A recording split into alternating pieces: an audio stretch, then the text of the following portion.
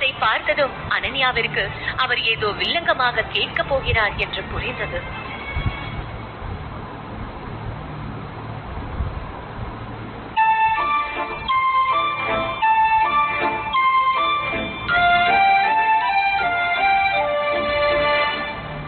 Episode 6. Gunasekaran என்னவோ வில்லங்கமாக தான் கேட்க போகிறார் என்று தெரிந்தாலும் தன்னுடைய மகன் தனக்கு வேண்டும் என்பதில் உறுதியாக இருந்ததால் அனன்யா அவள் அப்பாவிடம் என்ன செய்ய வேண்டும் என்று கேட்டாள். இங்க பாரு, அபிமன்யு குரூப்ஸ் நியூவா பண்ண போற ப்ராஜெக்டுக்கு ஒரு பார்ட்னர் தேடிட்டு இருக்கிறதா கேள்விப்பட்டேன். நீதான் சித்தார்த் அபிமன்யுவுக்கு க்ளோஸா இருக்கியே, சோ நீ அவர்கிட்ட பேசி அவரை எங்களுக்கு பார்ட்னரா மாத்தணும்.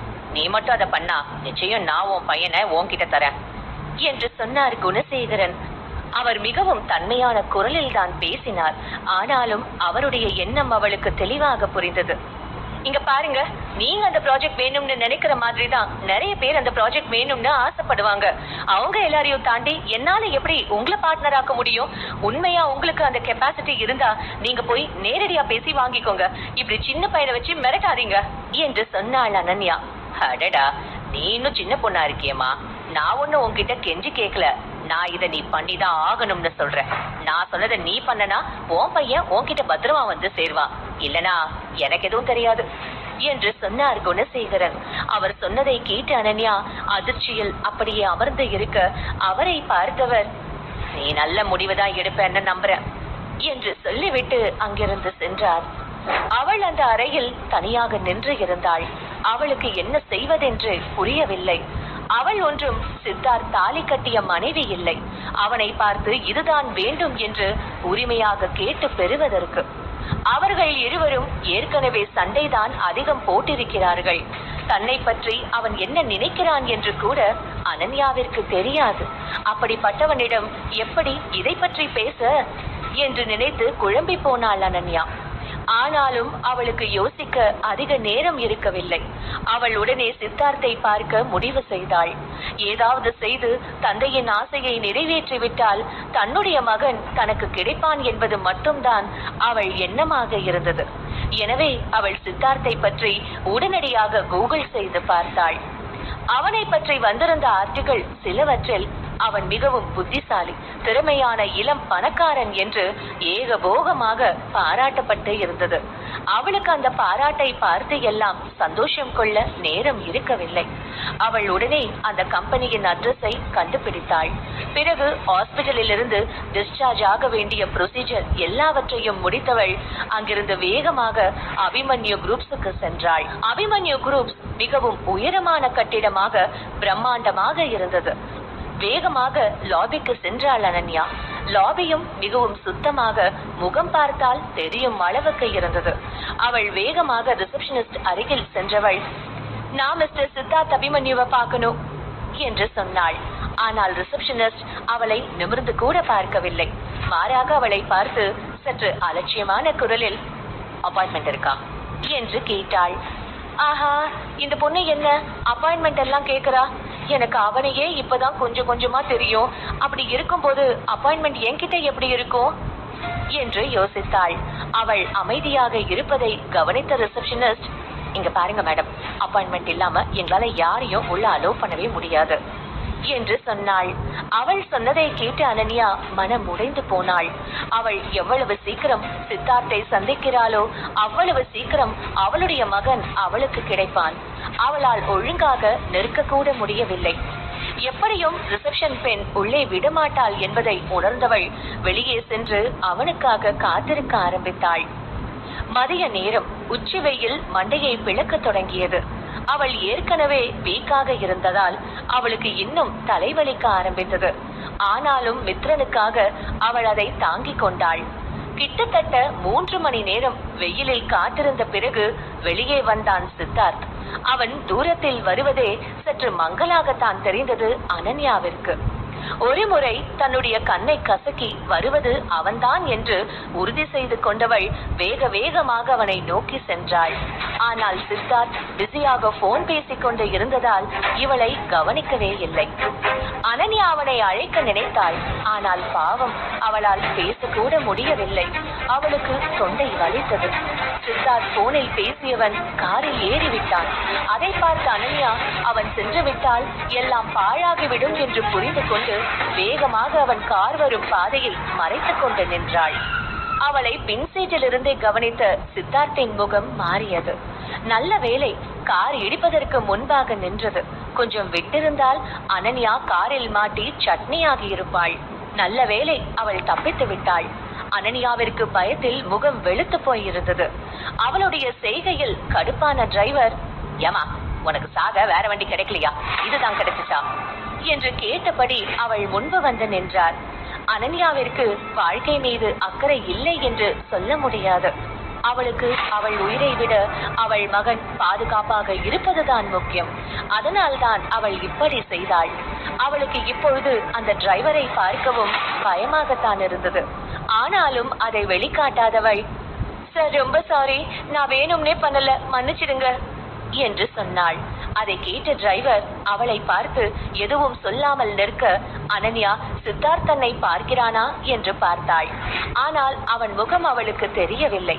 அதை பார்த்தவள், சார் சார் எனக்கு ஒரு ஹெல்ப், நான் உங்க பாஸ் கிட்ட பேசணும், அது அவர்கிட்ட சொல்ல முடியுமா ப்ளீஸ் என்று சொன்னாள். அவள் கேட்ட தோரணையே டிரைவர் மனதை இலக வைத்தது. ஆனால் டிரைவருக்கு சித்தார்த்தின் கோபம் பற்றி நன்றாக தெரியும். டிரைவர் மட்டும் அனன்யா அவனை சந்திக்க வேண்டும் என்று விரும்புவதை சொன்னால் நிச்சயம் அவன் திட்டதான் செய்வான். அதனால் என்ன செய்ய என்று தெரியாமல் விழித்தவர், ஏமா நீ கட்டாயம் எங்க பாஸ் கிட்ட பேசிதான் ஆகணுமா என்று கேட்டார். ஆமா சார், நான் பேசியே ஆகணும், இது ரொம்ப முக்கியமான விஷயம், ப்ளீஸ் ஹெல்ப் பண்ணுங்க என்று சொன்னாள் அனன்யா. அவள் உண்மையிலேயே ஏதோ முக்கியமான விஷயம் பேச போகிறாள் என்பது அவருக்கு புரிந்தது. அதனால் அவளுக்கு உதவி செய்ய நினைத்தவர், சரிம்மா நீங்க கொஞ்சம் வெயிட் பண்ணு, நான் போய் பாஸ் கிட்ட பேசிட்டு வரேன் என்று சொன்னார். அதை கேட்ட அனன்யா மகிழ்ச்சியுடன், ரொம்ப தேங்க்ஸ் சார், நான் இதை மறக்கவே மாட்டேன் என்று சொன்னாள். அதை கேட்ட டிரைவர் தன்மையான குரலில், சார் அந்த பொண்ணுக்கு உங்ககிட்ட ஏதோ பேசணுமா என்று சொன்னார். அவன் சொன்னதை கேட்டு சித்தார்த் ஒரு நொடி யோசித்து விட்டு பிறகு தன்னுடைய வாட்சை பார்த்தான். பிறகு டிரைவரை பார்த்து, இப்ப நான் ஃப்ரீயா இல்லைன்னு அந்த பொண்ணு கிட்ட சொல்லிடுங்க என்று சொன்னான். அதை கேட்ட டிரைவர் சரி என்று தலையசைக்க கார் கண்ணாடி மீண்டும் மூடியது. அனன்யாவை பார்த்தபடி தலை குனிந்து வந்த டிரைவர், சாரிமா நான் ட்ரை பண்ணேன், ஆனா பாஸ் இப்போ பிஸியா இருக்காரா, சோ அவர் உங்களை பார்க்க மாட்டேன்னு சொல்லிட்டாரு என்று சொன்னார். அதை கேட்ட அனன்யா என்ன சொல்ல என்று தெரியாமல் நிற்க டிரைவர் காரை நோக்கி சென்றார்.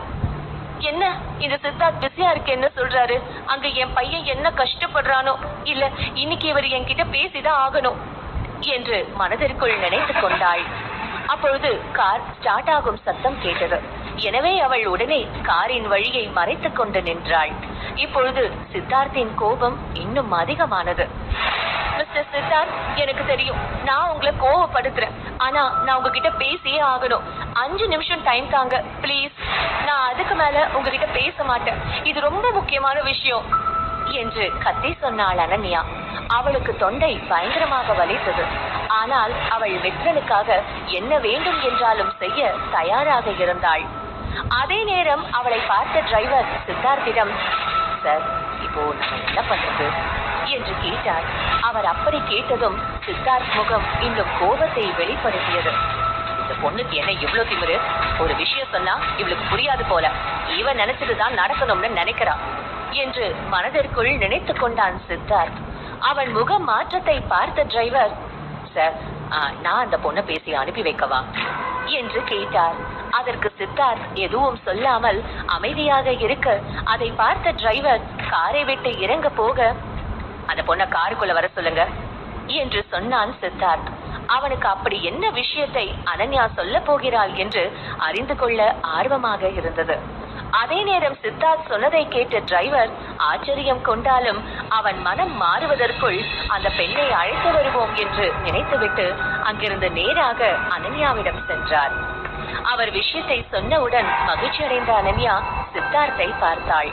அவனும் அவளை தான் பார்த்து கொண்டே இருந்தான். அவன் பார்வையை தாங்க முடியாதவள் தலையை தாழ்த்தி கொள்ள டிரைவரோ, இங்க பாருமா, பாஸ் மனசு மாறத்துக்குள்ள நீ என்ன சொல்ல வந்தியோ அதை சொல்லு என்று சொன்னார். அதை கேட்டவள் வேக வேகமாக காரில் வந்து அமர்ந்து விட்டு, மிஸ்டர் சித்தார்த், எனக்கு உங்க ஹெல்ப் வேணும். என் அப்பா என்னோட பையனை தூக்கிட்டு போயிட்டாரு. இப்போ நீங்க மனசு வச்சாதான் என் பையன் எனக்கு கிடைப்பான் என்று சொன்னாள். நான் என்ன பண்ண முடியும்? ஆமா, நான் ஏன் உனக்கு உதவி பண்ணணும் என்று கேட்டான் சித்தார்த். அவன் இதற்கு முன்பு இருமுறை மித்ரனுக்காக அனன்யாவிற்கு உதவி செய்திருக்கிறான். ஆனால் அதுவே தொடர்கதையாகும் என்றால் அதில் அவனுக்கு விருப்பம் இல்லை. அதே நேரம் அனன்யாவிற்கும் அவன் நிலைமை புரிந்தது. ஆமா, இவர் கேட்கறதோ சரிதானே. இவரும் எனக்கு நிறைய ஹெல்ப் பண்ணிட்டாரு. ஆனா இப்ப எனக்கு வேற வழி இல்ல. இவர்கிட்ட நான் ஹெல்ப் வாங்கிதானே ஆகணும் என்று மனதிற்குள் நினைத்த அனன்யா சித்தார்த்தை பார்த்து, இங்க பாருங்க சார், நான் ஒன்னும் பொழுது போகாம உங்ககிட்ட ஹெல்ப் கேட்க வரல. நான் உண்மையா உங்ககிட்ட ஹெல்ப் கேட்டு வந்திருக்கேன். பிளீஸ் சார், கெஞ்சி கேட்கிறேன், எனக்கு ஹெல்ப் பண்ணுங்க. நீங்க மட்டும் எனக்கு இந்த ஹெல்ப் பண்ணீங்கன்னா நீங்க என்கிட்ட என்ன கேட்டாலும் தரேன். பிளீஸ் எனக்கு ஹெல்ப் பண்ணுங்க என்று கெஞ்சினாள் அனன்யா. ஓ, நான் ஹெல்ப் பண்ணா நீ என்ன வேணா செய்வியா? ஆமா, எனக்கு தேவையானது உன்கிட்ட அப்படி என்ன இருக்குன்னு நீ நினைக்கிற? இத நீயா சொல்றியா இல்ல நானா கேட்கவா என்று கேட்டான் சித்தார்த்.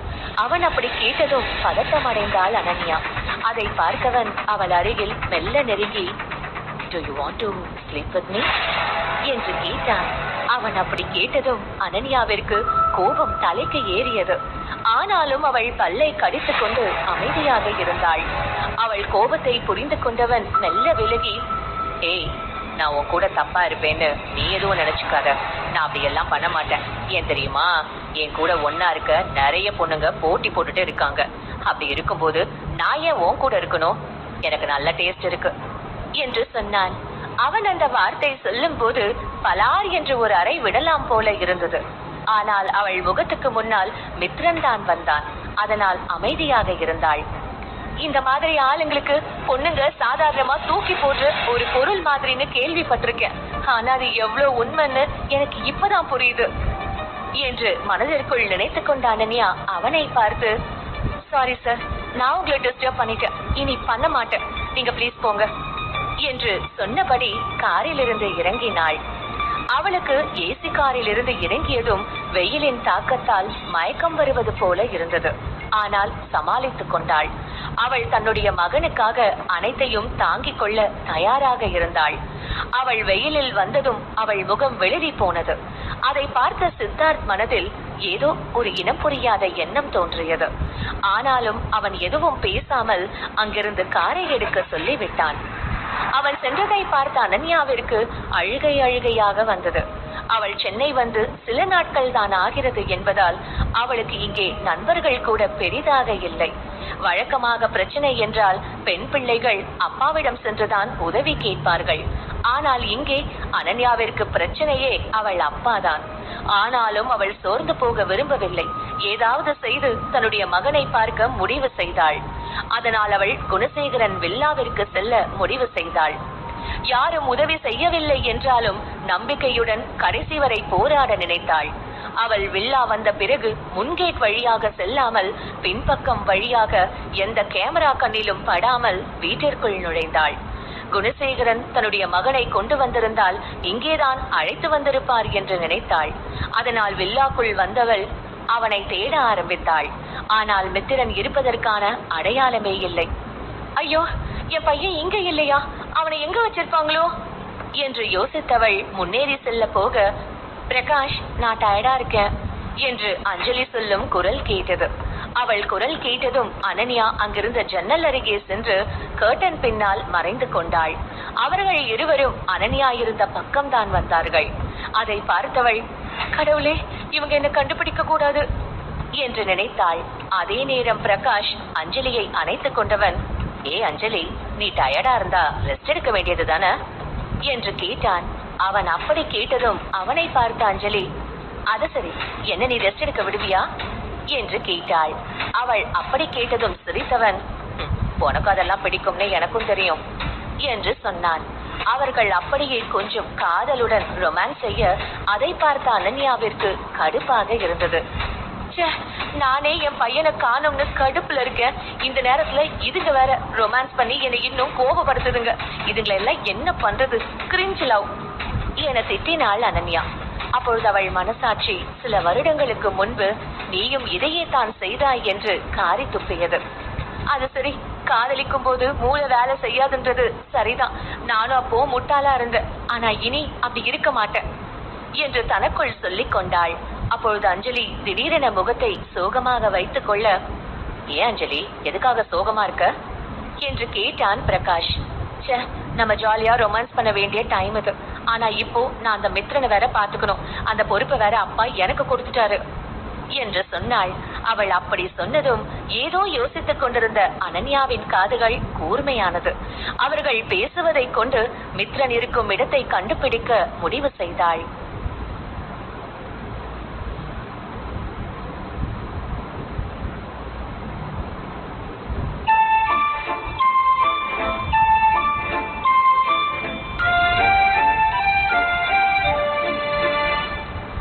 எபிசோட் 7. அனன்யா அஞ்சலி மற்றும் பிரகாஷ் பேசுவதை உன்னிப்பாக கேட்டாள். பிரகாஷ், எனக்கு இப்ப என்ன பண்றதுன்னே தெரியல. அந்த குட்டி பிசாசை எல்லாம் பார்க்க எனக்கு கொஞ்சம் கூட இஷ்டமே இல்ல என்று சொன்னாள். அதை கேட்ட பிரகாஷ் அமைதியாக இருந்தான். அவனுக்கும் மித்ரனை பிடிக்கவில்லை. அவனை பார்க்கும் பொழுது எல்லாம் பிரகாஷிற்கு அனன்யா செய்த துரோகம் தான் நினைவிற்கு வந்தது. எனவே அவன் மித்ரனை அதிகம் வெறுத்தான். அவன் அமைதியாக இருப்பதை பார்த்த அஞ்சலி, என்னாச்சு பிரகாஷ், ஏன் அமைதியா இருக்க என்று கேட்டாள். ஒன்னும் இல்ல அஞ்சலி, உனக்கு அங்க தனியா போக கஷ்டமா இருந்தா நானும் உன் கூட வரேன், நம்ம 2 பேரும் சேர்ந்து போலாம் என்றான் பிரகாஷ். அதை கேட்ட அஞ்சலி மகிழ்ச்சியில் அணைத்துக் கொள்ள பிரகாஷும் அவளை இறுக்கமாக அணைத்துக் கொண்டான். கொஞ்ச நேரத்தில் அவர்கள் இருவரும் அங்கிருந்து கிளம்பினார்கள். அவர்களை பின்தொடர்ந்து சென்றாள் அனன்யா. ஒரு வழியாக அவர்கள் வந்த ஹோட்டலை அடைந்தவள் உள்ளே செல்ல போக அவளை தடுத்த வெயிட்டர், மேடம், உங்க மெம்பர்ஷிப் கார்டு காட்டுங்க என்று சொன்னார். மெம்பர்ஷிப் கார்டா என்று கேட்ட அனன்யா முகத்தில் குழப்பத்தின் ரேகை படர்ந்தது. அவள் முகத்தை பார்த்த வெயிட்டர், மேடம், எங்க ஹோட்டல் ரூல்ஸ் படி உள்ள வரணும்னா மெம்பர்ஷிப் கார்டு கண்டிப்பா வேணும் என்று சொன்னான். அனன்யாவிடம் மெம்பர்ஷிப் கார்டு இல்லாததால் அவளால் உள்ளே செல்ல முடியவில்லை. அவள் அஞ்சலியும் பிரகாஷும் தன்னுடைய பார்வையை விட்டு மறைவதை வேதனையுடன் பார்த்து கொண்டு இருந்தாள். பிறகு ஹோட்டல் விட்டு வெளியே வந்தவள் எப்படி உள்ளே செல்வது என்று யோசனை செய்தபடி நின்றாள். அதே நேரம் அந்த ஹோட்டலில் 2வது தளத்தில் தன்னுடைய பெற்றோருடன் சாப்பிட்டுக் கொண்டு இருந்தான் சித்தார்த். சித்தார்த்தின் பெற்றோர் ராம் மற்றும் ஜானகி இருவரும் வெளிநாட்டில் இருக்கிறார்கள். எப்பொழுதாவது தான் இந்தியா வருவார்கள். அப்படி வரும்பொழுது சித்தார்த் அவர்களுடன் இருக்க நினைத்தான். அதனால் அவன் தன்னுடைய முக்கியமான மீட்டிங்ஸ் எல்லாவற்றையும் ஒதுக்கி வைத்துவிட்டு இங்கே வந்திருந்தான். சித்தார்த்திற்கு தெரியும் அவர்கள் இப்பொழுது எதை பற்றி பேச போகிறார்கள் என்று. ஆனாலும் அவர்கள் பேசட்டும் என்று அமைதியாக இருந்தான். அப்பொழுது ஜானகி, உனக்கு கல்யாண வயசு ஆகுது, உனக்கு இப்பொழுதைக்கு கல்யாணம் பண்ற ஐடியா இருக்கா இல்லையா என்று கேட்டார். அதெல்லாம் நேரம் வரும்போது பண்ணிக்கலாமா என்று சாதாரணமாக சொன்னான் சித்தார்த். அதை கேட்ட கடுப்பான ஜானகி, நீ நல்லா பேச கத்துக்கிட்ட. நானும் ரொம்ப வருஷமா உனக்கு கல்யாணம் பண்ண எப்போ நேரம் வரும்னு தான் பார்த்துட்டே இருக்கேன். ஆனா அது மட்டும் வரவே மாட்டேங்குது. எனக்கு தெரிஞ்சு நானும் உன் அப்பாவும் செத்து போனா கூட நீ கல்யாணம் பண்ணிக்க மாட்டேன் என்று சொன்னார். அதை கேட்ட சித்தார்த் தன்னுடைய அம்மாவை பாவமாக பார்த்து, அம்மா, நீங்க இப்ப இப்படி எல்லாம் பேசுறீங்க? நான் என்ன கல்யாணம் பண்ணிக்க மாட்டேன் நான் சொல்றேன். நான் கண்டிப்பா கல்யாணம் பண்ணிப்பேன். ஆனா எனக்கு கொஞ்சம் டைம் வேணும். நான் அவசரமா ஒரு கல்யாணம் பண்ணிக்க விரும்பல என்று சொன்னான். அதை கேட்டு பெருமூச்சு விட்ட ஜானகி கொஞ்சம் கனிவான குரலில், இங்க பாருப்பா, எனக்கு புரியுது, நீ உன் பிசினஸ்ல இப்போ அதிகமா கான்சென்ட்ரேட் எல்லாம் பண்ற. அதை நாங்க தப்புன்னு சொல்லல. ஆனா பிசினஸ் மட்டுமே பார்க்காதன்னு சொல்றோம். பிசினஸ் தாண்டி ஒரு வாழ்க்கை இருக்குடா. அதான் இப்போ உன் கம்பெனி growth சரியா இருக்குல்ல, அப்புறம் ஏன் பிசினஸ் ஓடுற? எங்களுக்கும் வயசாகுதுடா. எங்க பேர பிள்ளைய நாங்களும் பார்க்க வேண்டாமா என்று கேட்டார். அவர் அப்படி கேட்டதும் சித்தார்த் அமைதியாக இருக்க, என்னங்க, நான் சொல்றது சரிதானே என்று ராமை பார்த்து கேட்டார் ஜானகி. ஆமாமா, நீ என்ன சொன்னாலும் அது சரியாதான் இருக்கும். சித்தார்த், அம்மா சொல்றத கேளு. இப்போ நமக்கு எந்த குறையும் இல்ல. சோ நீ கல்யாணம் பண்ணிக்கோ. உனக்கு நாங்க பார்த்து கல்யாணம் பண்ணி வைக்கிறதுல விருப்பம் இல்லைன்னா நீயே ஒரு பொண்ணை பார்த்து லவ் பண்ணி மேரேஜ் பண்ணிக்கோ. எங்களுக்கும் எந்த பிரச்சனையும் இல்ல என்று சொன்னார் ராம். அதை கேட்ட சித்தார்த்திற்கு சிரிக்கவா இல்லை அழவா என்று தெரியவில்லை. அப்படி யாரோ ஒரு பெண்ணை பார்த்து காதலித்து திருமணம் செய்வது என்பதெல்லாம் அவனை பொறுத்தவரை கிட்டத்தட்ட நடக்காத விஷயம்தான். அதையெல்லாம் யோசித்தபடி அவன் ஜன்னல் பக்கம் பார்வையை செலுத்த அவன் கண்கள் ஹோட்டல் முன்பு நிற்கும் அனன்யாவை கண்டு கொண்டது. அவளை பார்த்ததும் அவன் முகம் தானாக கோபத்தை வெளிப்படுத்தியது. இந்த பொண்ணுக்கு என்ன சொன்னாலும் அறிவே வராது போல.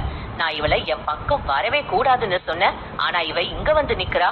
இந்த பொண்ணுக்கு திமிரு ஜாஸ்தி என்று மனதிற்குள் நினைத்து கொண்டான். அவன் முக மாற்றத்தை கவனித்த ஜானகி, சித்தார்த் என்னப்பா ஆச்சு? ஏன் திடீர்னு உன் முகம் மாறுது? ஏதாவது பிரச்சனையா என்று கேட்டார். இல்லம்மா, அதெல்லாம் ஒண்ணும் இல்ல என்று சொன்னவன் தலையை குனிந்தபடி சாப்பிட ஆரம்பித்தான். ஆனாலும் அவன் கண்கள் நொடிக்கு ஒரு முறை அனன்யாவை பார்த்து கொண்டே இருந்தது. அவனால் தன்னையே கட்டுப்படுத்திக் கொள்ள முடியவில்லை. ஆனாலும் அவனுக்கு அனன்யாவை பிடித்திருக்கிறது என்று சொல்ல முடியாது. உண்மையில் சித்தார்த் எதற்காக அனன்யாவிற்கு உதவி செய்தோம் என்று மனதுக்குள் நொந்து கொண்டு இருந்தான். அவனுக்கு அனன்யா மீது நல்ல எண்ணமே வரவில்லை. அவனுக்கு அவளை பார்க்கவே கடுப்பாகத்தான் இருந்தது. எனவே அவளை பார்த்தும் பார்க்காதது போல சாப்பிட்டு கொண்டு இருந்தான். அதே நேரம் அனன்யா வெளியே நின்று பில்டிங்கை பார்த்து கொண்டு இருந்தவள் சம்பந்தமே இல்லாமல் தான் சித்தார்த்தின் வெறுப்பிற்கு ஆளாகிவிட்டோம் என்பதை அறியாமல் இருந்தாள். அவளுக்கு இப்பொழுது தன்னை யார் வெறுக்கிறார் நேசிக்கிறார் என்பது எல்லாம் ஒரு விஷயமே இல்லை. அவளுக்கு தன்னுடைய மகன் தன்னிடம் வர வேண்டும் என்ற எண்ணம் மட்டும் இருந்தது. அவள் உள்ளே செல்வதற்கான வழி தேடிக்கொண்டு இருந்தாள். ஆனால் அவளுக்கு எப்படி யோசித்தாலும் எந்த ஐடியாவும் தோன்றவில்லை. அப்படியே யோசித்தபடி திரும்ப அங்கே வெயிட்டர் தேவைப்படுவதாக இருந்த ஹோட்டலின் நோட்டீஸை பார்த்தாள். அதை பார்த்ததும் அவள் மனதில் ஒரு புது நம்பிக்கை தோன்றியது. அவள் மீண்டும் ஹோட்டல் கதவருகே வந்து தான் வெயிட்டர் வேலைக்கு அப்ளை செய்ய வந்திருப்பதாக சொன்னாள். அவள் சொன்னதை ஒரு கணம் நம்பாமல் பார்த்த வெயிட்டர் பிறகு என்ன நினைத்தாரோ அவளை உள்ளே செல்லும்படி சொன்னார். அவளும் நேராக சூப்பர்வைசரை காண சென்றாள். அவளுக்கு ஹோட்டலுக்குள் வந்ததே பெரும் மகிழ்ச்சியாக இருந்தது. அவள் மித்ரனை எப்படியும் கண்டுபிடித்து விடலாம் என்று நம்பினாள். அதே நேரம் அவளை மேலும் கீழும் பார்த்தவர், உண்மையாவே நீங்க வெயிட்டர் வேலைக்கு தான் கேட்டு வந்திருக்கீங்களா என்று கேட்டார். ஏனென்றால் அவள் தோற்றமும் அவள் கேட்டு வந்திருக்கும் வேலையும் ஒன்றுக்கொன்று சம்பந்தமே இல்லாமல் இருந்தது. அவரின் சந்தேகத்தை பார்த்த அனன்யா, சார், நான் இந்த வேலையை ரொம்ப நம்பி இருக்கேன். நீங்க இந்த வேலையை எனக்கு கொடுத்தா நான் கண்டிப்பா இத பக்காவா செய்வேன் என்று சொன்னாள். அவள் சொன்ன பின்பும் சூப்பர்வைசருக்கு அவள் மீது நம்பிக்கை இல்லை. அதை உணர்ந்த அனன்யா, சார், நீங்க என்ன நம்பலன்னு எனக்கு தெரியுது. ஆனா பிளீஸ் அதை நம்புங்க. நான் உண்மையாதான் சொல்றேன். நான் வெளிநாட்டுல கூட வெயிட்ரஸா வேலை பார்த்திருக்கேன். அதுக்கப்புறம் தான் மேனேஜர் வேலை பண்ணேன். சோ இந்த வேலையில உள்ள கஷ்டம் என்னன்னு எனக்கு தெரியும். அதனால நீங்க எனக்கே இந்த வேலையை தாங்க என்று சொன்னாள். அனன்யா உண்மையை தான் சொன்னாள். அவள் வெளிநாட்டிற்கு சென்ற புதிதில் அவளுக்கு என்ன வேலை செய்ய என்று தெளிவான ஐடியா இல்லாத போது அவள் வெயிட்ரஸ் வேலை தான் செய்தாள். அதுவும் கர்ப்பமாக இருந்த சமயம் குளிர் நேரத்தில் கால் கடுக்க நின்று வேலை பார்த்த நாட்களை எல்லாம் அவளால் மறக்கவே முடியாது. அவள் முகத்தை பார்க்கும் பொழுது அவள் உண்மையை சொல்கிறாள் என்று புரிந்து கொண்ட சூப்பர்வைசர், சரிம்மா, நான் உனக்கு வேலை தரேன், நீ நாளிலிருந்து ஜாயின் பண்ணிக்கோ என்று சொன்னார். அதை கேட்ட அனன்யாவிற்கு மிகவும் மகிழ்ச்சியாக இருந்தது. அவள் அவருக்கு நன்றி சொன்னாள். நீ நல்லா வேலை பாருமா, இங்கேயும் நிறைய ப்ரமோஷன்ஸ் எல்லாம் இருக்கு என்று அவள் தோளை தட்டி கொடுத்தார் அவர். ஓகே சார், கண்டிப்பா நாளைக்கு வேலைக்கு சேர்றது எனக்கு ரொம்ப சந்தோஷம். சார், நான் இந்த ஹோட்டல் பத்தி கொஞ்சம் தெரிஞ்சுக்கணும். சோ சும்மா இந்த ஹோட்டலை சுத்தி பார்க்கவா என்று கேட்டாள். அவள் அப்படி கேட்டதும் சூப்பர்வைசர் அவளை சந்தேகமாக பார்த்தார்.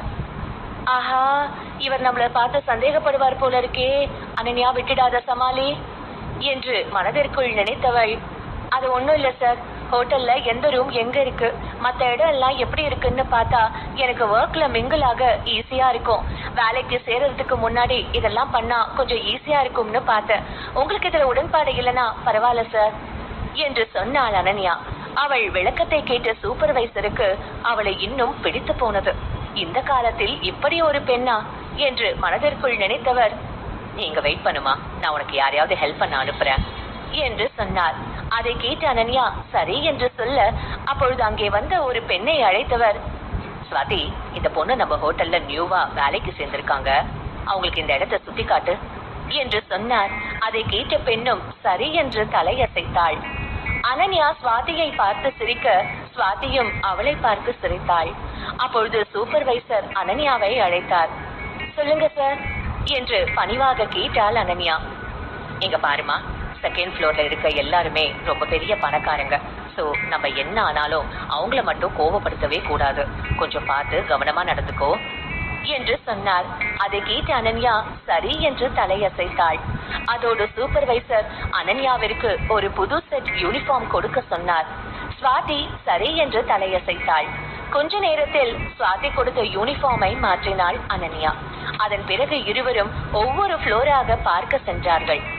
ஸ்வாதி அனன்யாவிற்கு எல்லாவற்றையும் தெளிவாக எக்ஸ்பிளைன் செய்து கொண்டு இருந்தாள். அவளுக்கு தான் பார்க்கும் வேலை எந்த அளவிற்கு பிடித்திருக்கிறது என்பது அனன்யாவிற்கு நன்றாக புரிந்தது. அந்த ஹோட்டலின் டாப் ஃப்ளோரில் ஸ்விம்மிங் பூல், பார் என எல்லா வசதியும் இருக்கும்.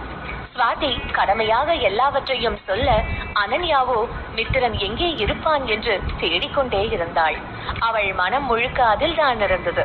அவள் தான் பேசுவதை எதையும் கவனிக்காமல் ஏதோ ஒரு எண்ணத்தில் இருப்பதை பார்த்த ஸ்வாதி, ஏ அனன்யா, என்ன ஆச்சு உனக்கு? ஏன் ஒரு மாதிரி இருக்க என்று கேட்டாள். அதெல்லாம் ஒண்ணும் இல்ல, நான் நல்லாதான் இருக்கேன் என்று சொன்னாள் அனன்யா. சரி அப்பவா நம்ம மேல போய் பார்க்கலாம் என்று சொன்னாள் ஸ்வாதி. ஓகே. ஏ ஸ்வாதி, எனக்கு ஒரு டவுட், இங்க கண்ட்ரோல் ரூம் எங்க இருக்கு என்று கேட்டாள்.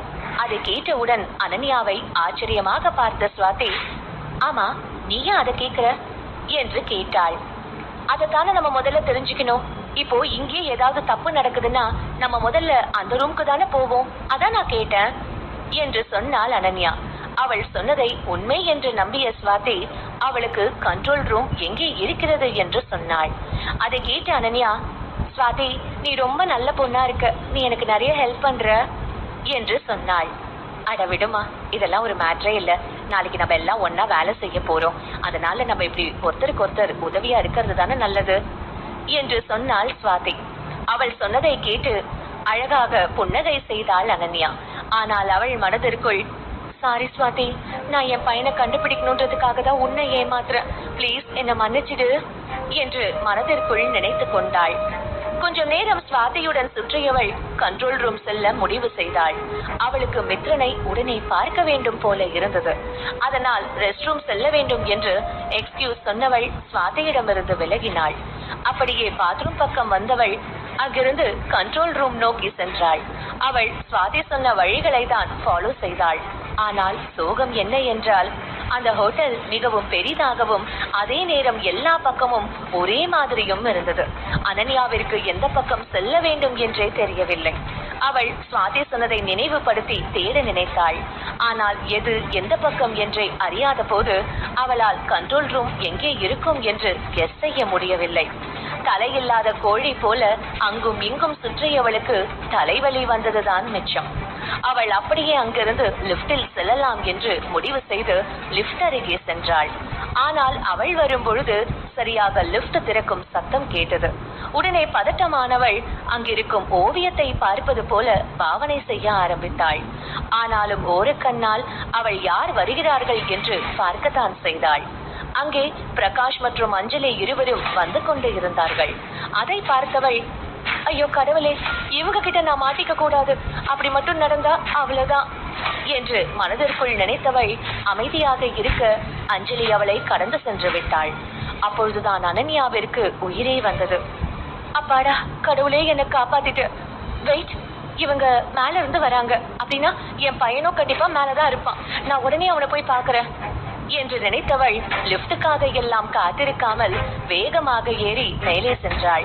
அவள் மேலே வரும் பொழுது ஒரு அறைக்கு முன்னால் மட்டும் 2 பாடிகார்ட்ஸ் நிற்பதை பார்த்தாள். உடனே அவளுக்கு சந்தேகம் வந்தது. எந்த ரூம் முன்னாடியும் பாதுகாப்புக்கு யாரும் நிக்கல, இங்க மட்டும் நிக்கிறாங்கன்னா நிச்சயம் என் பையன் இங்கதான் இருப்பான் என்று மனதிற்குள் நினைத்த அனன்யா அடுத்து என்ன செய்யலாம், எப்படி உள்ளே செல்லலாம் என்று யோசித்துக் கொண்டு இருக்க அங்கே வந்தார் வெயிட்டர் ஒருவர். அவரை பார்த்த அனன்யா வேகமாக சென்று, ஏய் ஹாய், உங்களை பார்த்தா ரொம்ப டயர்டா இருக்கு, நான் இதை போய் கொடுக்குறேன் என்று சொன்னாள். முதல்ல நீ யாருமா? நான் இது வரைக்கும் உன்னை எங்க பார்த்ததே இல்லையே என்று சொன்னார் அவர். அதை கேட்ட அனன்யா, இந்த ஹோட்டல் ரொம்ப பெருசுங்க, அதான் உங்களுக்கு என்ன தெரியல, உங்களை பார்த்தா டயர்டா இருக்கிற மாதிரி இருக்கு, அதான் நான் உங்களுக்கு ஹெல்ப் பண்ணலாம்னு வந்தேன்.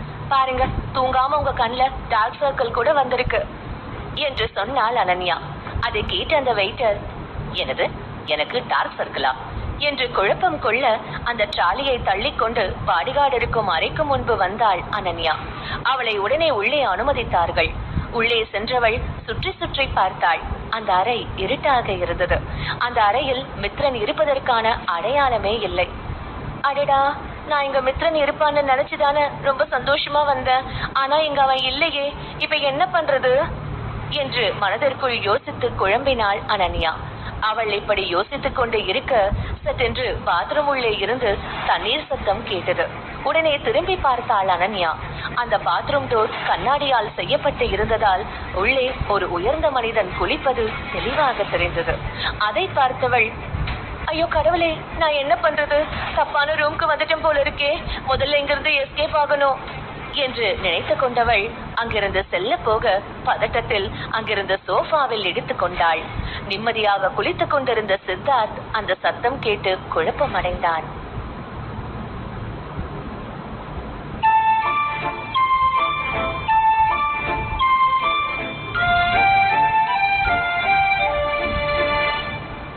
எபிசோட் 8. அடச்ச, ஒரு மனுஷிக்கு இதை விட ஒரு நாள் மோசமா போகவே முடியாது. எனக்கு மட்டும் ஏந்தா இப்படி எல்லாம் நடக்குதோ என்று மனதிற்குள் நினைத்தவள் அப்படியே எஸ்கேப் ஆகி செல்ல போக அங்கிருந்த இன்னொரு டீப்பாயில் இடித்துக் கொண்டாள். இந்த முறை காலில் நன்றாக அடிபட்டது. வலி தாங்க முடியாதவள் அப்படியே கீழே விழுந்தாள். இப்பொழுது அவளுக்கு இடுப்பும் வலித்தது.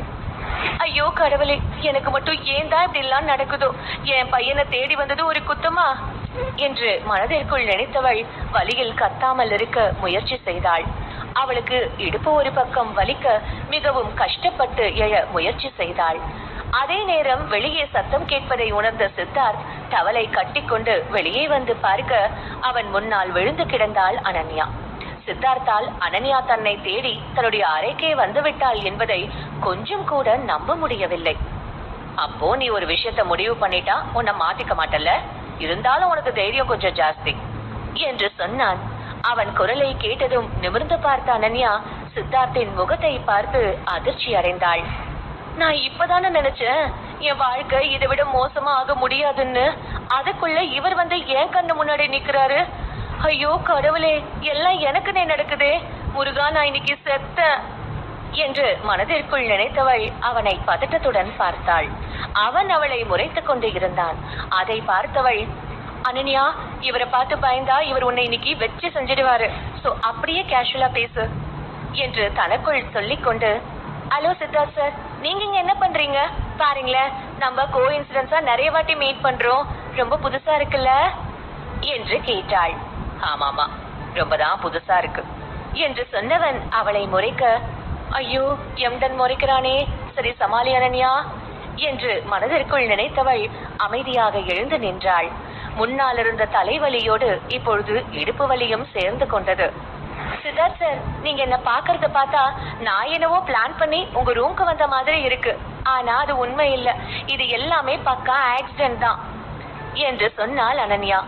ஓ, ஆக்சிடென்ட்டா நம்ம சந்திக்கிறோமா? உனக்கு என்ன பார்த்தா நீ என்ன சொன்னாலும் நம்புற மாதிரி தெரியுதா என்று கேட்டான் சித்தார்த். அவன் கருமையான கண்கள் அவளைத்தான் உற்று நோக்கி கொண்டிருந்தது. இந்த சூழ்நிலை என்னதான் கொஞ்சம் அப்படி இப்படி இருந்தாலும் சித்தார்த் வெறும் டவலுடன் பார்க்க மிகவும் ஹாட்டாகத்தான் இருந்தான்.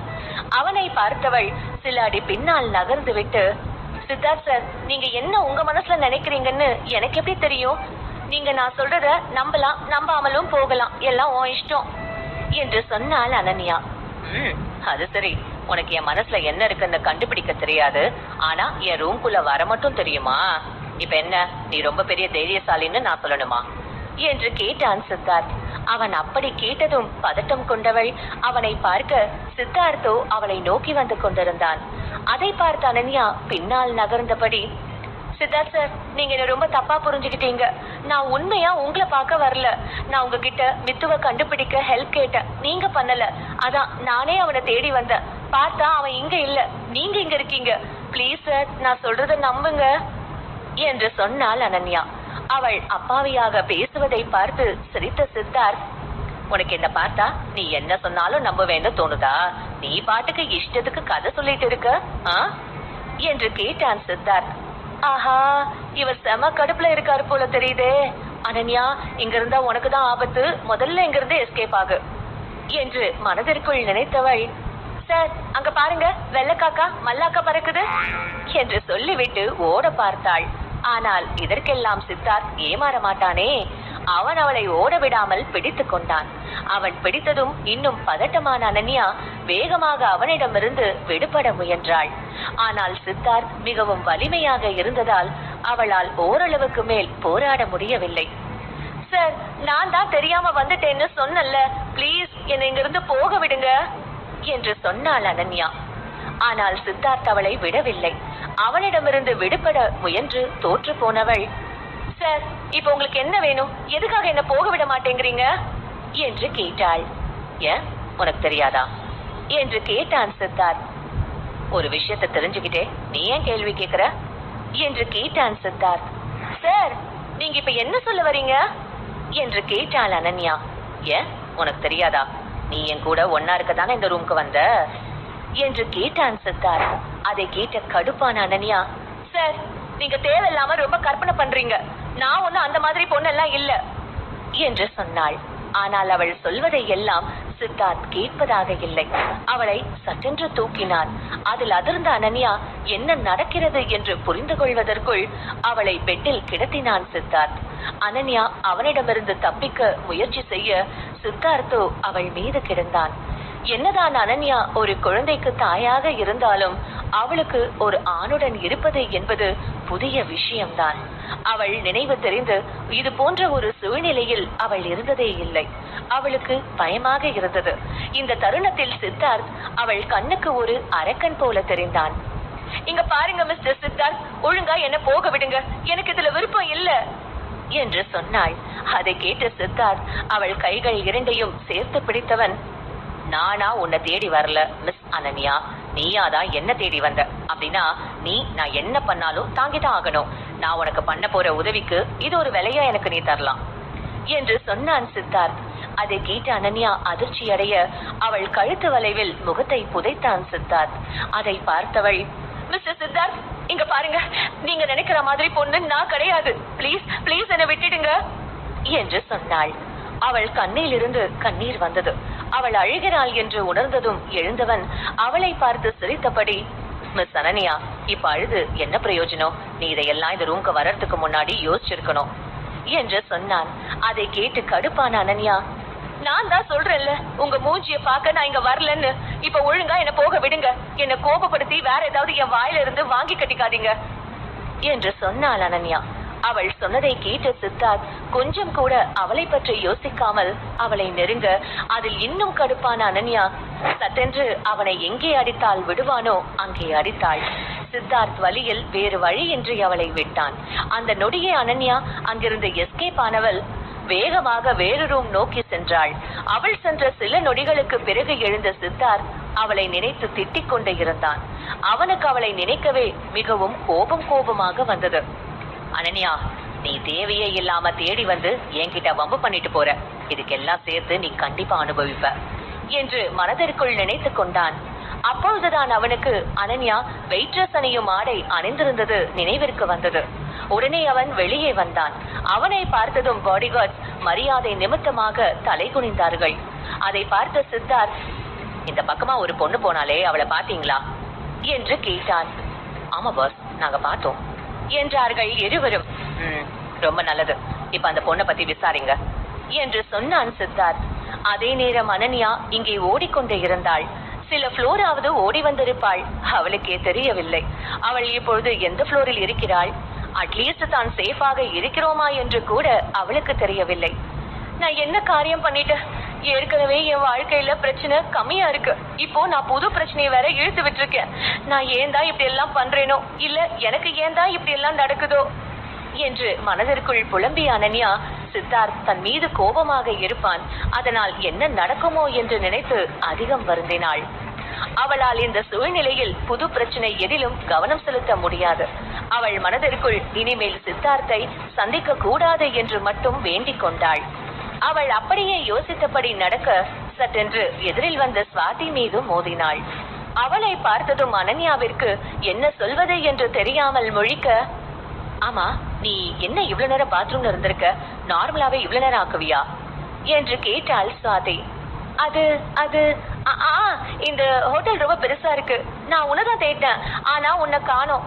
எல்லா இடமும் ஒரே மாதிரி இருந்துச்சா, அதான் நான் இந்த ஹோட்டல்ல தொலைஞ்சு போயிட்டேன் என்று சொன்னாள் அனன்யா. அவள் சொன்னதை கேட்ட சுவாதி, நல்ல வேலை நீ இங்கேயே சுத்திட்டு இருந்த, மேல எங்கேயும் போகலையே. அங்கெல்லாம் பெரிய பணக்காரங்க தான் இருப்பாங்க, அவங்க கிட்ட வம்பு பண்ணா நம்ம நிலைமை அவ்வளவுதான் என்று சொன்னாள். அவள் சொன்னதை கேட்ட அனன்யா, நான் தான் ஏற்கனவே முக்கியமான ஒருத்தரை நல்லா வச்சு செஞ்சுட்டேனே, நீ லேட்டுமா, சரி என்ன நடந்தாலும் சமாளிக்க வேண்டியதுதான் என்று மனதிற்குள் நினைத்தவள் அவளை பார்க்க, என்ன நீ என்ன அப்படி பாக்குற? சரி வா, நான் உனக்கு இந்த இடத்த நல்லா சுத்தி காட்டுறேன். சோ நீ அடுத்த முறை தொலைஞ்சு போக மாட்ட என்று சொன்னாள். அதை கேட்ட அனன்யா லேசாக புன்னகை செய்துவிட்டு அவளுடன் சென்றாள். அவள் மனம் முழுவதும் மித்ரனை பற்றிய எண்ணங்கள் தான் ஓடிக்கொண்டிருந்தது. அதே நேரம் இங்கே அனன்யாவை பற்றி கண்டுபிடித்து விட்டார்கள் சித்தார்த்தின் பாடிகார்ட்ஸ். பாஸ், அந்த பொண்ணு இன்னைக்குதான் வேலைக்கு சேர்ந்திருக்கா என்று சொன்னான் ஒருவன். அதை கேட்ட சித்தார்த் மனதிற்குள், அடடா, அப்ப உண்மையாவே நான் அவளை தப்பா புரிஞ்சுக்கிட்டேனா என்று யோசித்தான். அவன் அப்படி யோசித்துக் கொண்டு இருக்க பக்கத்து அறையிலிருந்து சத்தம் கேட்டது. அது சித்தார்த்திற்கு எரிச்சலை கொடுத்தது. அவன் எப்பொழுதும் எல்லா இடமும் அமைதியாக இருக்க வேண்டும் என்று விரும்புபவன். அப்படி இருக்கும் பொழுது அவனுக்கு இந்த சத்தம் கோபத்தை கொடுத்தது. ஆனால் பக்கத்து அறையிலிருந்து வந்த சத்தம் நிற்பதாக இல்லை. அந்த சத்தம் அதிகம் எரிச்சலை கொடுக்க தலையை பிடித்துக் கொண்ட சித்தார்த், பக்கத்து ரூம்ல என்ன சத்தம் வருதுன்னு பாருங்க என்று சொன்னான். அதை கேட்ட பாடிகார்ட் சென்று கதவை தட்ட ஒருவன் வந்து கதவை திறந்தான். அதை பார்த்த பாடிகார்ட், என்ன சத்தம் வந்துட்டு இருக்கு? உங்களுக்கு பக்கத்து ரூம்ல ஆள் இருக்காங்கன்னு தெரியாதா என்று கேட்டான். அப்பொழுது மீண்டும் சத்தம் கேட்டது. அதை கேட்ட பாடிகார்ட் டென்ஷன் ஆகி, பாருங்க மறுபடியும் சத்தம் வருது என்று சொன்னான். அதை கேட்ட நபர், சாரி சார், இந்த ரூம்ல சின்ன பையன் ஒருத்தர் இருக்கான், அவனுக்கு கொஞ்சம் கூட மேனர்ஸ் இல்ல, ரொம்ப குறும்பு பண்றான், நீங்க ப்ளீஸ் போங்க சார், நாங்க அவனை கவனிச்சுக்கிறோம் என்று சொன்னார். அதை கேட்ட பாடிகார்ட், பாத்துக்கோங்க, இனிமே சத்தம் வரக்கூடாது என்று சொல்லிவிட்டு அங்கிருந்து செல்ல பார்க்க, அப்பொழுது, டேய் எருமைகளா, என்ன விடுங்க, உங்களுக்கு என் அப்பா யாருன்னு தெரியாது, அவர் மட்டும் இப்ப வந்தாரு உங்களை அப்படியே தூக்கி போட்டுருவாரு, அவரு ரொம்ப ஸ்ட்ராங்கு, என்ன விடுங்க என்று கத்தினான். அப்பொழுது சத்தம் கேட்டு கடுப்பாகி தானே பேசலாம் என்று வந்த சித்தார்த் மித்ரனின் குரலை கேட்டான். அவன் குரலை கேட்டதும் சித்தார்த்திற்கு அது மிகவும் பழக்கப்பட்ட குரல் போல இருந்தது. சித்தார்த் வருவதை பார்த்த பாடிகார்ட்ஸ் அவனுக்கு மரியாதை நிமித்தமாக தலை வணங்க, என்ன நடக்குதுங்க என்று கேட்டான் சித்தார்த். பாஸ், இந்த ரூம்ல ஒரு சின்ன பையன் இருக்கானா, அவன் தான் எல்லா சேட்டையும் பண்றான் என்று சொன்னான் ஒரு பாடிகார்ட். அதை கேட்ட சித்தார்த்திற்கு சந்தேகமாக இருந்தது. அந்த ரூமில் இருந்த நபரை பார்த்த சித்தார்த், இங்க என்ன நடக்குது, நீங்க எல்லாம் யாரு என்று கேட்டான். அவன் குரலே பயத்தை கொடுக்க போதுமானதாக இருந்தது. மித்ரன் இருந்த அறையில் இருந்த அனைவரும் பயந்து போனார்கள். அதே நேரம் வாசலில் நின்று இருந்தவனோ, இங்க பாருங்க சார், எங்க ரூம்ல நாங்க என்ன பண்றோம்னு உங்களுக்கு சொல்ல வேண்டிய அவசியம் எங்களுக்கு இல்ல என்று சொன்னபடி கதவை மூட சென்றான். அதில் கடுப்பான சித்தார்த் சட்டென்று அந்த டோரை உதைக்க அது தானாக திறந்து கொண்டது. சித்தார்த் அந்த அறைக்கு உள்ளே நுழைய அந்த அறையில் இருந்த மற்ற நபர்கள் எல்லாம் சித்தார்த்தை அடிக்க வந்தார்கள். அதை பார்த்த பாடிகார்ட் சித்தார்த்திற்கு பாதுகாப்பாக வந்து நின்றார்கள். அந்த இடத்தில் சூழ்நிலை மெல்ல மாற தொடங்கியது.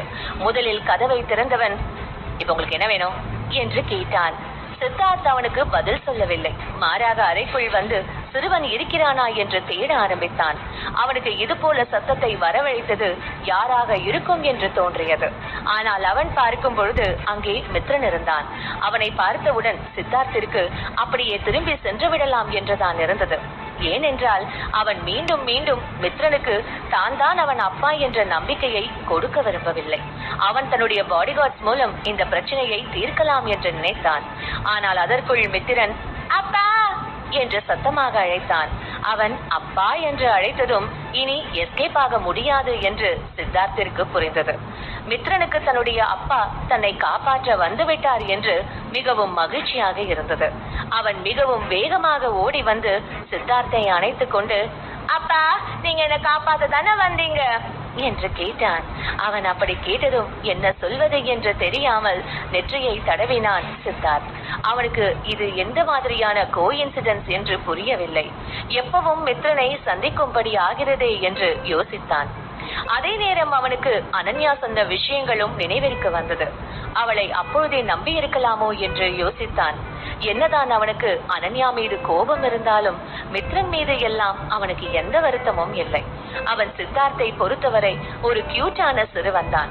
அதை யோசித்தவன் அவன் பக்கம் குனிந்து, சொல்லு மித்ரன், நீ எப்படி இங்க வந்த? இவங்க எல்லாம் உன்னை என்ன பண்றாங்க என்று கேட்டான். அப்படி கேட்கும் பொழுது அந்த ரூமில் இருந்தவர்களை ஒரு பார்வை பார்த்தான். அதில் கொலைவெறி தெரிந்தது. மித்ரன் மட்டும் ஒரு வார்த்தை அவர்கள் தன்னை கொடுமைப்படுத்தியதாக சொன்னால் நிச்சயம் அவர்களுக்கு இன்றுதான் இறுதி நாள்.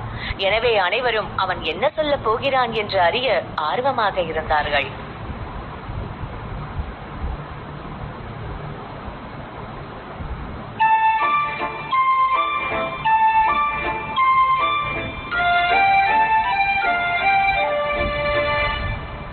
எபிசோட் 9.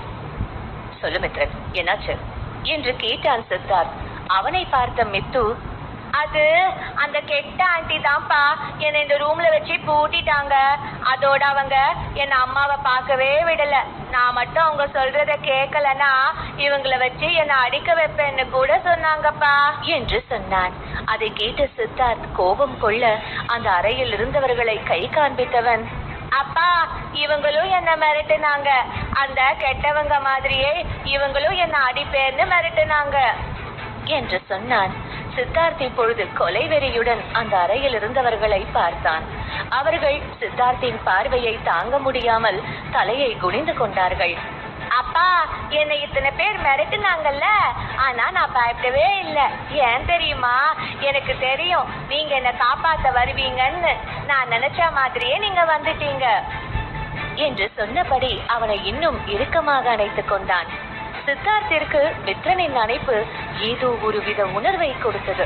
அவன் மனம் லேசானது போல உணர்ந்தான். சித்தார்த் அமைதியாக இருப்பதை பார்த்த பாடிகார்ட்ஸுக்கு ஆச்சரியமாக இருந்தது. இதற்கு முன்பு இருந்த சித்தார்த்திற்கும் இப்பொழுது இருக்கும் சித்தார்த்திற்கும் பெரிய வித்தியாசம் இருப்பதை அவர்கள் உணர்ந்தார்கள். ஆமா, உன்னோட கெட்ட ஆண்டி ஏன் உன்னை பூட்டி வச்சாங்க என்று கேட்டான் சித்தார்த். அது எனக்கு தெரியல. ஆனா அன்னைக்கு நீங்க ஹாஸ்பிட்டல் விட்டு போன பிறகுதான் அவங்க என் அம்மாவை பார்க்க வந்தாங்க. அதோட கெட்ட ஆண்டி என்னை கூட்டிட்டு வந்துட்டாங்க. தாத்தா சொன்னாரு, அவங்க என்னை இப்படி மறைச்சு வச்சா அவங்க சொல்றதெல்லாம் அம்மா செய்வாங்களாம். அதான் அவங்க இப்படி பண்ணுறாங்க. அதோட அவங்க அம்மாவையும் ரொம்ப கஷ்டப்படுத்துறாங்க. அவங்க எல்லாம் ரொம்ப கெட்டவங்கப்பா என்று சொன்னான் மித்ரன். என்னதான் மித்ரன் சிறுவனாக இருந்தாலும் அவன் வார்த்தைகள் அவ்வளவு தெளிவாக இருந்தது. மித்ரன் சொன்னதையெல்லாம் கேட்ட சித்தார்த்திற்கு ஆச்சரியமாக இருந்தது. உண்மையில் அவனுக்கு என்ன சொல்வது என்று தெரியவில்லை. ஒரு தந்தையே தன்னுடைய மகளை இந்த அளவுக்கு கொடுமைப்படுத்துவாரா என்று நினைத்து ஆச்சரியம் கொண்டான். அவனுக்கு இப்பொழுதுதான் அனன்யா உண்மையை சொல்லி இருக்கிறாள் என்றே புரிந்தது. அவன் அவ்வளவு நேரமும் ஒரு அப்பா பெண்ணுக்கு அத்தனை கொடுமையெல்லாம் செய்ய மாட்டார் என்று நம்பிக்கையில் இருந்தான்.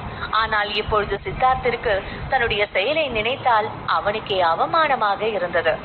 ஆனாலும் அந்த இடத்தில் அவன் வேண்டும் என்று எதையும் தவறாக செய்யவில்லை என்று நினைத்து தன்னை சமாதானம் செய்து கொண்டவன் அங்கிருந்து மித்ரனை தூக்கி கொண்டு சென்றான். அதை பார்த்த மித்ரனுக்கு காவலாக இருந்தவர்கள் மித்ரனை பிடிக்க வர சித்தார்த்தின் பாடிகார்ட்ஸ் அவர்களை பிடித்துக் கொண்டார்கள். அதனால் அவர்களால் ஒன்றுமே செய்ய முடியவில்லை. சித்தார்த் மித்ரனை தன்னுடைய அறைக்கு அழைத்து வந்தவன் அவனிடம் போனை கொடுத்து, நீ உன் அம்மாவுக்கு கால் பண்ணி அவங்கள வந்து கூட்டிட்டு போக சொல்லு என்று சொன்னார். ஆனால் மித்ரன் யாருக்கும் கால் செய்யவில்லை. அவன் அமைதியாக சித்தார்த்தை பார்த்தான். அதை பார்த்த சித்தார்த், ஓய், என்னாச்சு, உன் அம்மாவுக்கு கால் பண்ணலையா என்று கேட்டான்.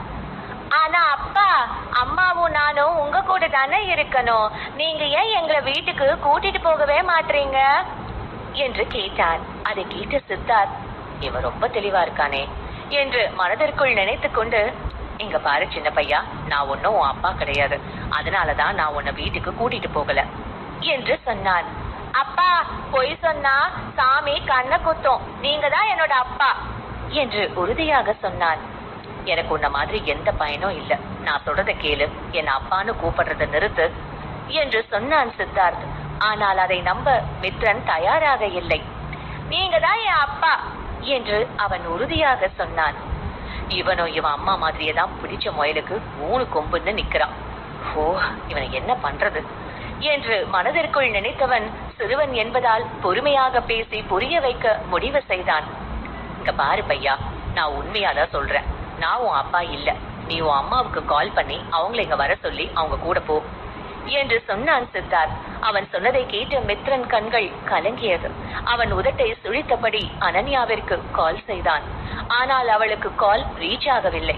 அதை பார்த்த மித்ரன் முகத்தை சோகமாக வைத்துக் கொண்டு, முதல்ல என் அப்பாவுக்கு என்ன பிடிக்கல, இப்போ என் அம்மாக்கும் என்ன பிடிக்கலன்னு தெரியுது, அதான் அவங்க கால் எடுக்கல, அப்போ என்னை யாருக்குமே பிடிக்காதா என்று கேட்டபடி அழுதான்.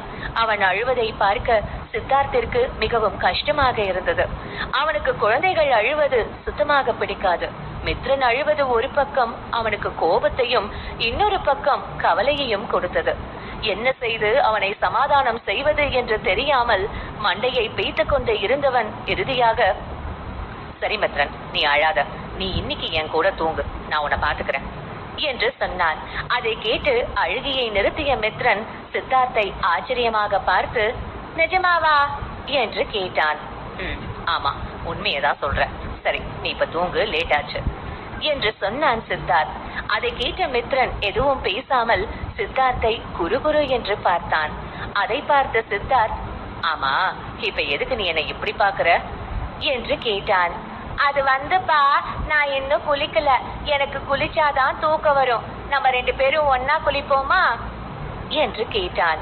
அதை கேட்ட சித்தார்த்திற்கு தலையே சுற்றுவது போல இருந்தது. அவன் முகத்தை பார்த்த மித்ரன், சரி ஒன்னா குளிக்க வேண்டாம் என்றுதான் நினைத்தான். ஆனால் அவன் மனம் அப்பாவின் அரவணைப்பிற்காக ஏங்கியது. எனவே அவனை பார்த்தவன், சரிப்பா, உங்களுக்கு வேண்டாம்னா விடுங்க, நான் உங்களை கஷ்டப்படுத்தல, என் வயசு பசங்க எல்லாரும் அப்பா கூட எப்படியெல்லாம் என்ஜாய் பண்ணுவாங்க தெரியுமா, ஆனா எனக்கு அதுக்கெல்லாம் அதிர்ஷ்டம் இல்ல என்று முகத்தை சோகமாக வைத்துக் கொண்டு சொன்னான். அதை பார்த்த சித்தார்த், அடடா, இவன் என்ன எமோஷனல் பிளாக்மெயில் எல்லாம் பண்றான், இவன் அப்பா யாருன்னே தெரியாம என்ன அப்பா அப்பான்னு உயிரை வாங்குறானே, ஐயோ கடுப்பாகுதே என்று மனதுக்குள் பேசிக்கொண்டு இருந்தவனை பார்த்த மித்ரன், உங்களுக்கு விருப்பம் இல்லைன்னா வேண்டாம்ப்பா, நானே குளிச்சுக்கிறேன், நானும் இப்போ பெரிய பையன்தான் என்று சொன்னான். அதை கேட்ட சித்தார்த் அவனை பார்க்க முகத்தை தொங்க போட்டுக் கொண்டு குளிக்க சென்றான் மித்ரன். அதை பார்த்த சித்தார்த்திற்கு கஷ்டமாக இருந்தது. எனவே வேகமாக சென்று அவனை தூக்கி கொண்டவன், ஓகே, இன்னைக்கு நானே உன்னை குளிப்பாட்டி விடுறேன் என்று சொன்னான். அதை கேட்ட மித்ரன் இவ்வளவு நேரம் சோகமாக இருந்த முகத்தை மாற்றிவிட்டு இப்பொழுது நன்றாக சிரித்தபடி அவன் கன்னத்தில் முத்தம் கொடுத்தான். அதை பார்த்த சித்தார்த் மறுபடியும் அவன் டிராமாவால் ஏமாந்து விட்டோம் என்று புரிந்து கொண்டான். அதன் பிறகு அவனை குளிக்க வைத்தான். மித்ரனுக்கு வேறு ஆடை மாற்ற இல்லை என்பதால் சித்தார்த் அவன் சட்டையை போட்டுக்கொள்ள கொடுத்தான். அது அவனுக்கு பெரியதாக இருந்தது. சித்தார்த் ஹேர் ட்ரையர் கொண்டு அவன் மித்ரன் முடியை காய வைத்தவன் அவனை பெட்டில் படுக்க வைத்தான். ஆனால் இப்பொழுது மித்ரன் உறங்கவில்லை. அவன் சித்தார்த்தை பார்த்து கொண்டே இருந்தான். அதை பார்த்த சித்தார்த்திற்கு தலையை வெடிப்பது போல இருந்தது. ஆனாலும் ஒரு சிறுவனிடம் கத்த மனம் இல்லாமல் இழுத்து பிடித்து பொறுமையுடன், இப்ப என்னாச்சு, ஏன் தூங்காம இருக்க என்று கேட்டான். அப்பா, நீங்களும் என் கூட படுத்துக்கோங்க, நம்ம 2 பேரும் ஒன்னா தூங்கலாம் என்று சொன்னான் மித்ரன். அதெல்லாம் முடியாது, நீ தனியா அங்க தூங்கு, நான் இந்த பக்கம் தூங்குறேன் என்று சொன்னான். அதை கேட்ட மித்ரன் மீண்டும் முகத்தை சோகமாக வைத்துக் கொள்ள தன்னுடைய நிலையை நினைத்து நொந்து கொண்ட சித்தார்த், இப்ப என்ன, உன் கூட படுத்து தூங்கணும் அவ்வளவுதானே, வா ஒன்னா தூங்கலாம் என்று சொல்லி அவனுடன் படுத்து கொண்டான். அவனுக்கே தான் ஏன் மித்ரனுக்காக இவ்வளவு செய்கிறோம் என்று ஆச்சரியமாக இருந்தது. இங்கே மித்ரன் சித்தார்த்துடன் நிம்மதியாக உறங்கிக் கொண்டு இருந்தான். ஆனால் அனன்யாவோ மித்ரன் இல்லாமல் உறக்கத்தை தொலைத்து இருந்தாள். அடுத்த நாள் அவள் ஹோட்டல் வரும் பொழுது அவள் மிகவும் சோர்ந்து போயிருந்தாள். அவளுக்கு மித்ரன் இல்லாமல் பைத்தியமே பிடிப்பது போல இருந்தது. என்ன ஆனாலும் இன்று மித்ரனை கண்டுபிடிக்க வேண்டும் என்பதில் அவள் மிகவும் உறுதியாக இருந்தாள். அதே ஹோட்டல் சூப்பர்வைசர் அனன்யா சீக்கிரமாக வந்ததை பார்த்ததும் ஆச்சரியம் கொண்டார். அவரால் இந்த காலத்தில் இப்படி கடமை உணர்வுடன் ஒரு பெண் இருக்கிறாள் என்பதை நம்பவே முடியவில்லை. அவர் நேராக அவளிடம் சென்று, நல்ல விஷயமா, நீ இன்னைக்கு சீக்கிரமா வந்துட்ட, இப்படியே கண்டினியூ பண்ணு. இங்க பாருமா, நான் உனக்கு ஒரு விஷயம் தான் சொல்வேன். நமக்கு நம்ம கஸ்டமர் முக்கியம். என்ன ஆனாலும் அவங்க கிட்ட மட்டும் கோபத்தை காட்டவே கூடாது. மற்றபடி இந்த வேலை உனக்கு ஏற்கனவே தெரியும். சோ ஆல் தி பெஸ்ட் என்று சொன்னார். அவளுக்கு இன்றைக்கான வேலை என்பது மித்ரன் இருக்கும் இடத்தை சுற்றிதான் இருந்தது. அதை நினைத்து மகிழ்ச்சி அடைந்தவள் மெதுவாக சூப்பர்வைசர் பின் சென்றாள். அவரும் கொடுக்க வேண்டிய அட்வைஸ் எல்லாம் கொடுத்துவிட்டு அங்கிருந்து சென்று விட்டார். அவளும் சித்தார்த் இருந்த அறைக்கு பக்கத்தில் தனக்கு கொடுக்கப்பட்ட வேலையை பார்த்தபடி அங்கே மித்ரன் இருக்கிறானா என்று தேடி பார்த்தாள். அவள் சித்தார்த் அறையை கொஞ்சம் கூட கண்டுகொள்ளவில்லை. அப்பொழுது சட்டென்று லிப்ட் திறக்கும் சத்தம் கேட்டது. அந்த சத்தத்தை கேட்டவுடன் அனன்யா சென்று ஒளிந்து கொண்டாள். அப்பொழுது அங்கே அஞ்சலி தான் வந்தாள். அதை பார்த்த அனன்யா சந்தோஷம் அடைந்தாள். அவள் மனம் இன்னும் கொஞ்சம் நேரத்தில் மித்ரனை பார்க்க போகிறோம் என்று சந்தோஷம் கொண்டது. ஆனால் அவள் சந்தோஷம் நீண்ட நேரம் நிலைக்கவில்லை. ஏனென்றால் திறக்கப்பட்ட அறையிலிருந்து அலங்கோலமான கோலத்தில் 2 ஆண்கள் தான் வெளியே வந்தார்கள். அதை பார்த்த அஞ்சலி, டேய், உங்களை நம்பிதானே நான் அந்த பொடியனை விட்டுட்டு போனேன், அவன் இப்ப எங்க என்று கேட்டாள். அவள் சொன்னதை கேட்டவுடன் நேற்று சித்தார்த் வந்ததும் அவன் பாடிகார்ட்ஸிடம் இருந்து வாங்கி கட்டி கொண்டதும் தான் அவர்களுக்கு ஞாபகம் வந்தது. இன்னொருவன் வந்து குழந்தையை எடுத்து சென்றான் என்று தெரிந்தால் இன்னும் திட்டு விழும் என்று உணர்ந்தவர்கள் அஞ்சலியிடம், மேடம், நேற்று முழுக்க அவன் ஒரே சேட்டை பண்ணிட்டே இருந்தான் மேடம், அதுல நாங்க ரொம்ப டென்ஷன் ஆகிட்டோம். இப்படியே அவன் எங்களை கடுப்பேத்தி எங்க கிட்ட இருந்து எஸ்கேப் ஆகிட்டான் என்று சொன்னார்கள். அதை கேட்ட அஞ்சலி, ஏண்டா உங்களால ஒரு சின்ன பையனை ஒழுங்கா பாத்துக்க முடியாதா? உங்களுக்கு எல்லாம் எதுக்குடா நாங்க சம்பளம் தந்து வேலைக்கு வைக்கிறோம்? சரியான தண்டன்டா நீங்க என்று சொன்னாள். அதை கேட்ட அவர்கள் இருவரும் அப்படியே நிற்க அஞ்சலி அந்த இடத்தை விட்டு செல்ல போக அங்கே வந்த அனன்யா, இங்க பாருங்க, நீங்க தான் என் பையனை கடத்தி இருக்கீங்க. இப்ப அவன் எங்க இருக்கான்னு சொல்லுங்க. நீங்க பண்ணது ரொம்ப பெரிய தப்பு. இப்ப மட்டும் நீங்க என் பையன் எங்க இருக்கான்னு சொல்லலனா நான் நிச்சயமா உங்களை போலீஸ் கிட்ட மாட்டி விட்டுருவேன். சோ ஒழுங்கா சொல்லுங்க, என் பையன் எங்க என்று கேட்டாள். அவளுக்கு உண்மையில் அஞ்சலியை இழுத்து 4 அறை கொடுக்க வேண்டும் போல இருந்தது. ஆனால் அப்படி செய்தால் மித்ரனுக்கு ஏதாவது ஆபத்து வருமோ என்று நினைத்து அஞ்சலியை எதுவும் செய்யாமல் விட்டாள். அதே நேரம் அந்த பாடிகார்ட்ஸ் எதுவும் சொல்லாமல் இருக்க அவள் மௌனத்தை பார்த்து கடுப்பான அனன்யா தன்னுடைய போனை எடுத்து போலீஸுக்கு அழைக்க முயற்சி செய்தாள். அதை பார்த்த அஞ்சலி, ஏண்டா மக்கு பண்டாருங்களா, நம்மள பிடிச்சு கொடுக்க அவ போலீஸ கூப்பிடுவேன்னு சொல்றா, நீங்க என்னடானா வேடிக்கை பாக்குறீங்க, அவளை முதல்ல பிடிங்கடா என்று சொன்னாள். அதை கேட்ட பாடிகார்ட்ஸ் இருவரும் அனன்யாவை பிடிக்க அஞ்சலியோ அனன்யா கையில் இருந்த போனை வாங்கினாள். ஒருவேளை அனன்யா கால் செய்து போலீஸ் மட்டும் இங்கே வந்தால் அதன் விளைவுகள் மிகவும் பயங்கரமாக இருக்கும் என்பதால் அஞ்சலி அந்த தவறை மட்டும் நடக்கவிடக் கூடாது என்பதில் உறுதியாக இருந்தாள். அஞ்சலி, நீ தப்புக்கு மேல தப்பு பண்ணிட்டு இருக்க, இதுக்கெல்லாம் சேர்த்து நான் உன்னை என்ன பண்ண போறேன்னு பாரு என்று சொன்ன அனன்யாவின் வார்த்தையில் அவ்வளவு கோபம் தெரிந்தது. ஆனால் அஞ்சலி அவளை பார்த்து மென்மையாக சிரித்தபடி, அக்கா, நீ எதுக்கு இப்போ தேவையில்லாம டென்ஷன் ஆகுற? அவன் சின்ன பையன், அவனால எவ்வளவு தூரம் ஓட முடியும்? அவன் இங்கதான் எங்கேயாவது இருப்பான், நாம கண்டுபிடிச்சிடலாம், நீ டென்ஷன் ஆகாத என்று சொன்னாள் அஞ்சலி. இங்க பாரு, உங்க யாருக்கும் என் பையன் மேல அக்கறை இல்ல, அது எனக்கு நல்லா தெரியும். ஆனா அவன் எனக்கு ரொம்ப ரொம்ப ரொம்ப முக்கியம். சோ என்னையாவது அவன் கிட்ட போக விடுங்க, நான் அவனை தேடி போறேன் என்று கெஞ்சினாள் அனன்யா. அவளை இப்படி பார்க்க அஞ்சலிக்கு மிகவும் சந்தோஷமாக இருந்தது. இங்க பாரு அனன்யா, எங்களுக்கு நீயும் உன் பையனும் தேவைப்படுறதே சித்தார்த்துக்காக தான். உன்னோட பையனுக்கு சித்தார்த் உண்மையாவே அப்பாவா இருந்தா அவன் உன்னை பத்தியும் கவலைப்படுவான்ல, அப்ப நீயும் எங்களுக்கு முக்கியம் தானே. சோ எங்களால உன்னை அப்படியெல்லாம் போக விட முடியாது என்று சொன்னாள் அஞ்சலி. இங்க பாரு, நீங்க எல்லாம் தப்பா புரிஞ்சுக்கிட்டீங்க. எனக்கும் சித்தார்த்துக்கும் எந்த சம்பந்தமும் இல்ல. ஒருவேளை நீ என்ன கொண்டு போட்டா கூட அது அவரை கொஞ்சம் கூட பாதிக்காது. சோ உன் டைமை வேஸ்ட் பண்ணாத என்று சொன்னாள் அனன்யா. அதை கேட்ட அஞ்சலி கொஞ்சம் கூட அதை கண்டுகொள்ளாமல் அனன்யா அதிகம் பேசிக்கொண்டே இருக்கிறாள் என்று சொல்லி அவளை வேறு இடத்துக்கு இழுத்து செல்ல சொன்னாள். அதே நேரம் இங்கே சித்தார்த் இரவு முழுவதும் நிம்மதியான உறக்கத்தை தொலைத்து தவித்துக் கொண்டிருந்தான். மித்ரன் அவன் அருகில் படுத்துக் கொள்ளதான் முயற்சி செய்து கொண்டு இருந்தான். அது அவனை இன்னும் இரிட்டேட் செய்து கொண்டு இருந்தது. ஆனால் நல்ல வேளையாக மித்ரன் காலையில் சீக்கிரம் எழும் பழக்கத்தை வைத்து இருந்ததால் சீக்கிரமே எழுந்து விட்டான். அதை பார்த்தவனுக்கு கொஞ்சம் நிம்மதியாக இருந்தது.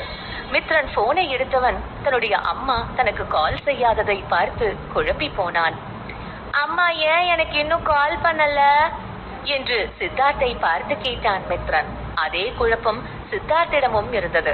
நேற்று அவள் சித்தார்த்தை பார்க்க எந்த அளவுக்கு தவித்தாள் என்று நினைத்து பார்த்தவனுக்கு இன்னும் அவள் ஏன் இங்கே வரவில்லை என்பது குழப்பமாகவே இருந்தது. அப்பா, அம்மா எங்க என்று கேட்டு முகத்தை தூக்கி வைத்துக் கொண்டான் மித்ரன். அதை பார்த்த சித்தார்த் இவன் அடுத்த டிராமாவை தொடங்குவதற்குள் அவனை அவனுடைய அம்மாவிடம் அனுப்ப முடிவு செய்து தன்னுடைய பாடிகார்ட்ஸிடம் அனன்யாவை தேட சொன்னார். கொஞ்ச நேரத்தில் அங்கே வந்த சித்தார்த்தின் பாடிகார்ட்ஸ், பாஸ், அந்த பொண்ணு இன்னைக்கு வேலைக்கு வந்திருக்காங்க, ஆனா அவங்கள அஞ்சலி கடத்திட்டாங்களாம் என்று சொன்னான். அதை கேட்ட சித்தார்த்திற்கு அவ்வளவு கோபம் வந்தது. அவனுக்கு உண்மையாகவே அனன்யாவின் குடும்பத்தை நினைத்து மிகவும் அதிர்ச்சியாக இருந்தது. அதே நேரம் மித்ரன் மிகவும் பயந்து போனான். அவன் சித்தார்த்திடம் வந்து, அப்பா, இப்ப நாம என்ன பண்ண போறோம் என்று கேட்டான். அதை கேட்ட சித்தார்த் மித்ரன் முகத்தை பார்த்தான்.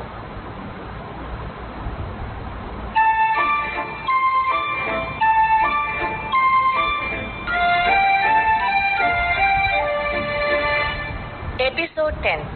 அப்பா, அம்மாவை எப்படி கண்டுபிடிக்க போறோம் என்று கேட்டபடி சித்தார்த்தை அணைத்துக் கொண்ட மித்ரன் அழ ஆரம்பித்தான். சித்தார்த் எப்பொழுதும் சுத்தமாக இருக்க வேண்டும் என்று விரும்புவான்.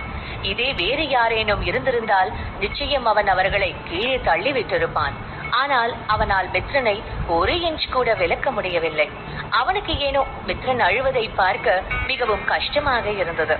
அதே நேரம் சித்தார்த்திடம் வேலை பார்ப்பவர்கள் அவனின் இந்த சாஃப்டான பக்கத்தை பார்த்து ஆச்சரியம் அடைந்தார்கள். நொடியில் கோபம் கொள்ளும் சித்தார்த் எப்படி இவ்வளவு அமைதியாக இருக்கிறான் என்று அவர்களுக்கு மிகவும் ஆச்சரியமாக இருந்தது. அப்பா, நாம அம்மாவை போய்